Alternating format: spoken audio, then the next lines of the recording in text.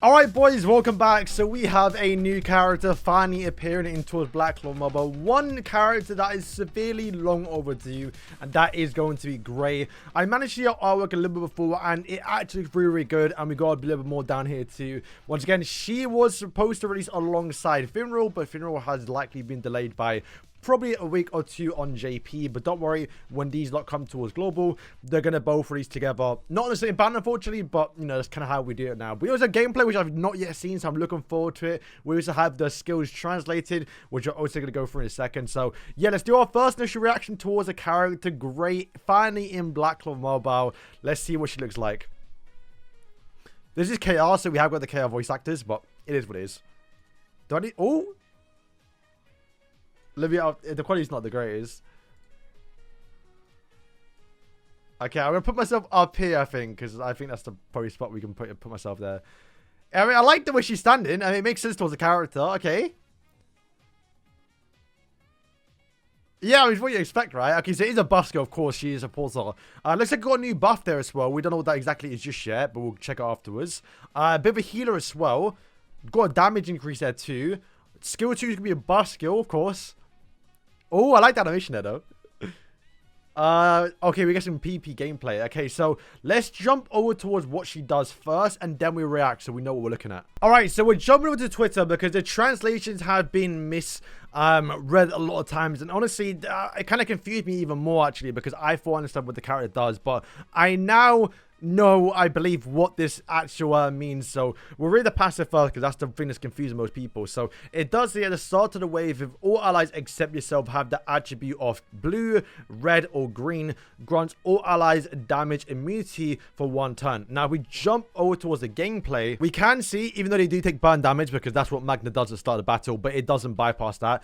You can see that little buff there is the continuous damage. So they got it because you basically had one single attribute on your team other than herself, so it is full red. So you can't use like light, you can't use gray with like a Meridiana. If you're going to use Meridiana, you have to then use 2 other greens, so it's almost like a mono red, but then also not, or like mono green. So it's still like the mono colors, but like gray fits in towards those teams. I'm not too sure if it means she can't be used with actual light type, because I think she can. It just, you can't use a blue and a green in a team. You have to use either full reds or full blues or full greens. So now that we know what that passive means, yes, you're going to get damage over time effect, and then going down towards the Wagon passive, once you get towards 2-star, she is going to grant an SB buff towards herself every single time, which is kind of nice just to rush ultimate faster. And then when you get towards 5-star, once again, meeting that same condition of only using like, let's say 4 reds on your team with her, of course, you are going to increase the damage over time effect by 1. So that means you're going to increase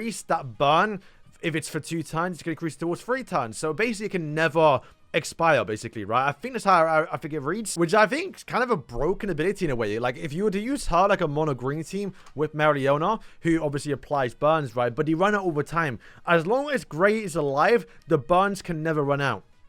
That seems pretty powerful, I'm not gonna lie. Her first skill is gonna be similar towards a Wega passive. She can do a single target, extend continuous over time effects. But always as well, if this already applied, then it has a chance or add another damage or effect time, depending on how many is on the enemy, which is I think good. I'm with the wait and see. Then the skill 2 is going to be actually pretty good. Actually, it's going to grant damage over time immunity. Even though she is extending damage over time effects, you're also immune to them. So if you're versus like a mirror match with obviously mono green, but then you have gray, you're more likely to win because you're blocking those burns and you're also extending them. But then if you're versus a mirror match between 2 grays, then it's not really going to work out, is it? But also you're going to grant your 8% increase in defense towards all allies less than 100% HP for 1 turn, which is decent, right? Once again, just give more defense towards Black Asta if you're gonna be using them on the same team is gonna be nice as well. And also you're gonna, if you have this skill page on, you're gonna get a defensive penetration level 2 buff towards all allies,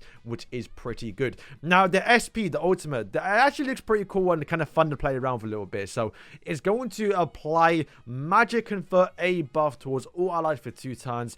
also increase all allies, or no, yourself mobility by 30% buff, which is means you can get like another turn in pretty fast. But the magic convert ability is kind of unique because it does two things, but it switches that when you get hit. So first, when you apply it, you're going to get reduced damage taken effect by 45%.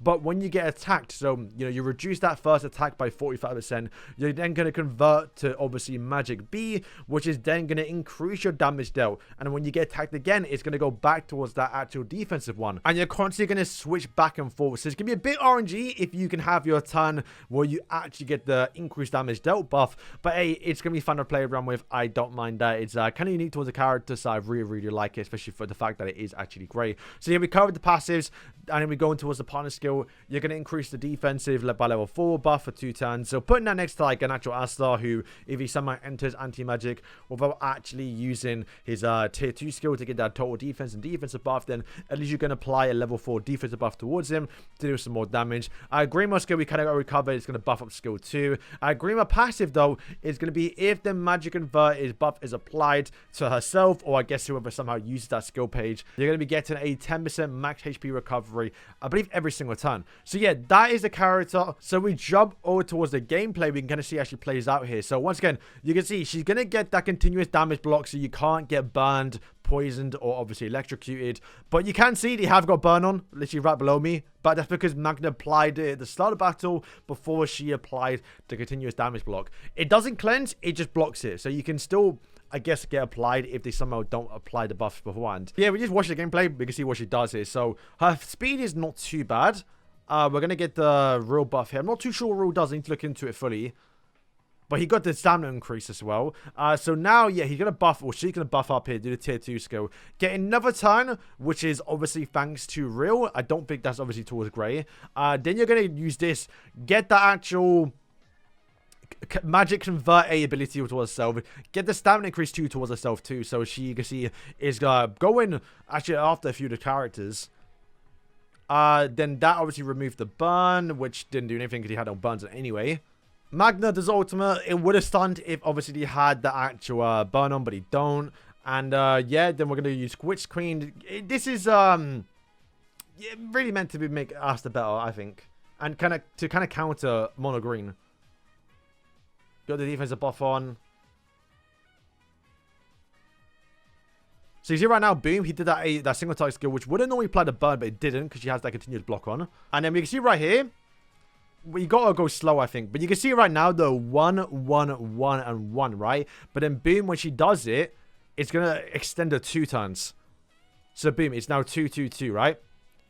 And you apply it again, I think. So yeah, you really want to, from the looks of it, because it does say you want to use like multiple damage over time effects. So yeah, she really is made for mono red, Witch Queen, and Black Astar. But then if you are using light type on the mono red team, you're not going to be getting that crimson blood, so you're not going to get that actual, immunity for Black Astar. So honestly, I'm not really too sure how this Grey is going to work out. It does indirectly buff up mono red because you want to use her on the mono red team with Witch Queen, and there's some ways to buff up Black Astar without him obviously having more defense as well. So it's a tricky one. We'll have to wait and see how it works out on JP and KR before it obviously comes to a global, and of course we'll let you know if it is worth summoning. But bear in mind, we are also getting Finral, who Finral was delayed because he was too broken. So if anything, when this banner does come out for global players, you're probably going to skip her and go for Finral, who is not going to be restricted towards basically mono red or even mono green as well. So yeah, boys, that is great. How do I feel about her? I'm glad she's finally in the game.